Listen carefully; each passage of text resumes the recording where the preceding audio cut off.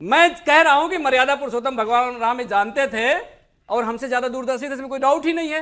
भगवान तो थे ही, वो जानते थे कि जो लंका है सोने की है, कहीं संघी और बीएचपी वाले पहुंच गए तो सोना लूटने लगेंगे, युद्ध छोड़ के भाग जाएंगे। ये असली चरित्र है इनका। अब मैं आता हूं मर्यादा पे। मर्यादा पुरुषोत्तम भगवान राम माता जानकी पर किसी तीसरे ने आरोप लगाया था और ये बात पूरा विश्व जानता है। भगवान राम भी जानते थे कि मां जानकी बिल्कुल निर्दोष हैं, लेकिन जब सवाल मर्यादा की आए, जब सवाल नैतिकता की आए, उन्होंने बिना एक कदम सोचे, बिना एक पल सोचे उन्होंने काम किया। लेकिन हमारे चंपत राय क्या किए? 20 दिन हो गया शिकायत को। जिसने शिकायत सबसे पहले अकाउंटेंट ने किया, चंपत राय ने उसे ही हटा दिया। तो बताइए इनकी संलिप्तता है कि नहीं है ना? जब ये बात गलत है कि आज क्यों हुआ, कल क्यों नहीं हुआ, आज कैसे हो गया, कल क्यों नहीं हुआ था। आज तो इस्तीफा भी हो गया, 8 लोगों को गिरफ्तार भी कर लिया और आप कह रहे हैं आपको दूध का दूध पानी का पानी नहीं चाहिए, आपको सोने का मुकुट भी देखना है, आपको चांदी की ईंटें भी देखनी है। तो उसका भी अब धीरे धीरे करके पटाक्षेप हो रहा है। जो एसआईटी की रिपोर्ट आ रही है और जिस तरीके से अयोध्या से तस्वीरें आ रही हैं, काकभूषुंडी भी मिल गए जिनको लेकर आपके नेता ने जिसको लेकर आपके नेता ने सवाल खड़े किए थे। भरत कुटिया में मिल चुके हैं, वो अयोध्या में ही है, वो अयोध्या में मिल चुके हैं, कार सेवकपुरम में है, तो वो गायब नहीं है। कार सेवकपुरम हिंदू परिषद के मंदिर और कार्यालय में मिले, आपने चढ़ावा चढ़ाया मर्यादा पुरुषोत्तम धर्मेंद्र यादव जी, धर्मेंद्र यादव जी, धर्मेंद्र यादव जी, यही तो हम भी कह रहे हैं। यादव जी, ईंटें चढ़ रही हैं मंदिर में और जा रही जमीन खरीदने के लिए। और जो ईंटें हैं, जिन ईंटों का आप जिक्र कर रहे हैं, जो चांदी की ईंटों की आप बात कर रहे हैं, उसके बारे में भी जानकारी मिल रही है कि चांदी की ईंटों को लेकर जो दावे किए गए थे वो भी झूठे हैं, वो भी बरामद किए जा रहे हैं, वो भी मौजूद हैं, राम मंदिर में ही मौजूद हैं। तो पहले फैक्ट चेक तो कर लेते आरोप लगाने से पहले। जवाब ले लीजिए। 200 ईंटें जो सिंध के संगठन लोगों ने दिया था, सिंधी समाज दिया था, वो उनका आरोप था कि हमने जब 2021 में दिया था। भारतीय भाई साहब, अब सुन लो, वो सारे के सारे भारतीय हैं। कैसी बात कर रहे हैं आप? भारत से बाहर निकल दिया, दिमाग पाकिस्तान छुपेगा नहीं।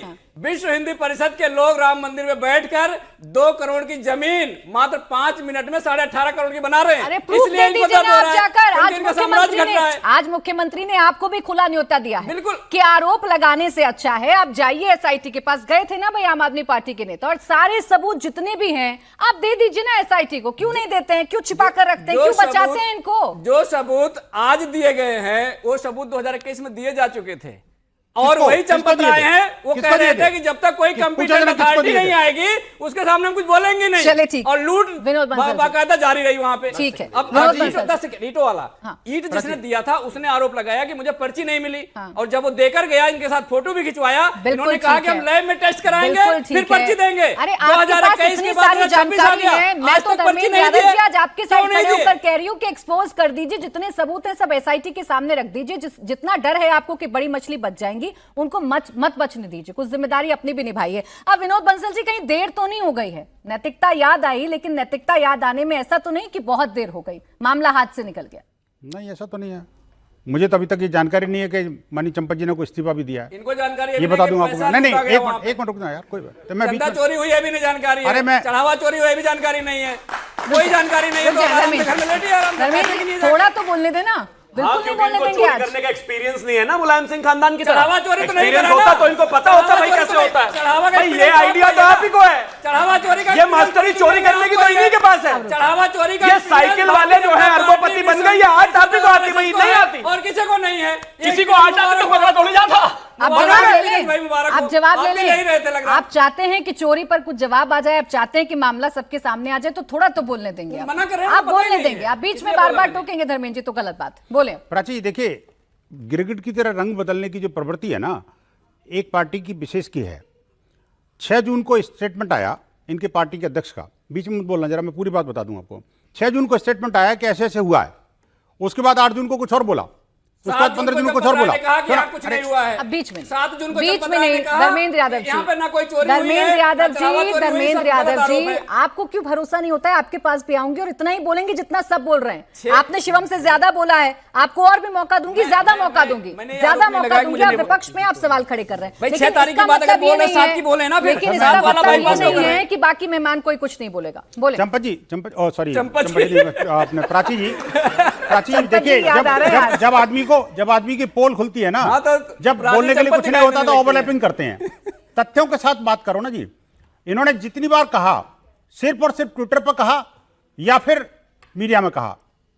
मैं चैलेंज के साथ कहता हूं, इन्होंने क्या पुलिस को कंप्लेंट करी? क्या इनके पास सबूत थे तो पुलिस में जाना चाहिए नहीं जाना चाहिए? एक बात, अगर पुलिस पर भरोसा नहीं था तो आपको कोर्ट में जाना चाहिए था, जाना चाहिए नहीं जाना चाहिए था? आप कसूरी अच्छी तरह जानते हैं।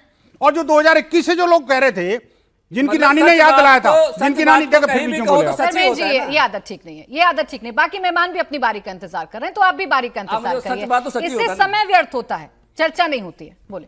देखिए, बात ये बौखलाहट है ना, एक्चुअली समस्या इनकी है कि अब सब चीजें खुलने वाली हैं। और अभी जो इन्वेस्टिगेशन शुरू हुआ ना जी, जो 8 लोग पकड़े गए हैं, वो जो टिन्नू यादव फिन्नू यादव जितने भी है ना, वो यादव निकलेंगे मंदिर में समाजवादी पार्टी के, वो समाजवादी पार्टी के निकलेंगे मुझे लगता है।